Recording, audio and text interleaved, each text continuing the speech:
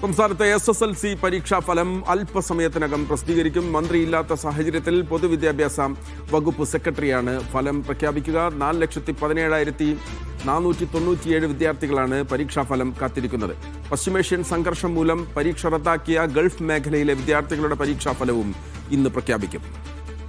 വിജിൻ ബായാന്തോട് ചേരുകയാണ് വിവരങ്ങളുമായി. വിജിൻ, 3 മണിക്കാണ് ഫലപ്രഖ്യാപനം. എങ്ങനെയാണ് കുട്ടികൾക്ക് ഈ ഫലം പ്രസിദ്ധീകരിച്ച ഉടനെ കാണാൻ സാധിക്കുക? എങ്ങനെയാണ് ജയിച്ചോ എന്നുള്ളത് നോക്കാൻ പറ്റുക? ഒപ്പം തന്നെ ഇത്തവണ ഒരു പക്ഷേ മന്ത്രിയില്ലാതെ ഉള്ളൊരു പ്രഖ്യാപനം എന്നുള്ളൊരു പ്രത്യേകത കൂടിയുണ്ട് ഇത്തവണത്തെ SSLC പരീക്ഷാ ഫലപ്രഖ്യാപനത്തിന്.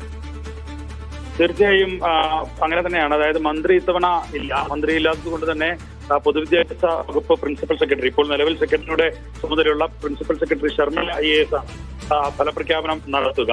എന്തായാലും കഴിഞ്ഞ തവണ 4,17,497 വിദ്യാർത്ഥികളാണ് പരീക്ഷ എഴുതിയത്.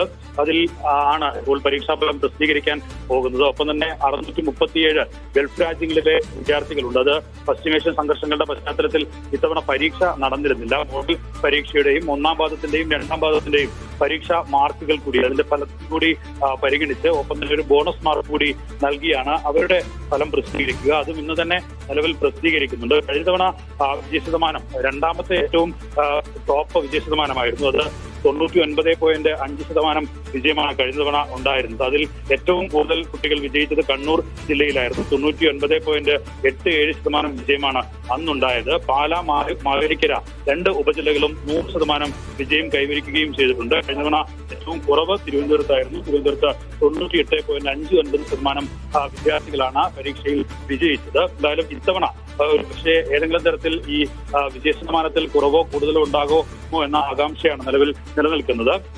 കുറച്ചുകൂടി മൂല്യനിർണ്ണയം കുറച്ചുകൂടി കടുപ്പിച്ചിരുന്നു എന്നുള്ളതാണ് നമുക്ക് അറിയാൻ കഴിയുന്നത്. നേരത്തെ ഈ 99.5% വിജയം എന്നൊക്കെ പറയുമ്പോൾ അത് ഏകദേശം പൂർണ്ണ തോതിൽ തന്നെ എത്തുന്ന നിലയിലേക്ക് കാര്യങ്ങൾ എത്തിയിരുന്നു. 2023 ഏറ്റവും കൂടുതൽ വിജയശതമാനം ഉണ്ടായിരുന്നത്. അന്ന് 99.7% വിജയശതമാനം.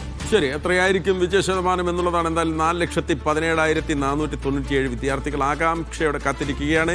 3 മണിക്ക് SSLC ഫലപ്രഖ്യാപനം.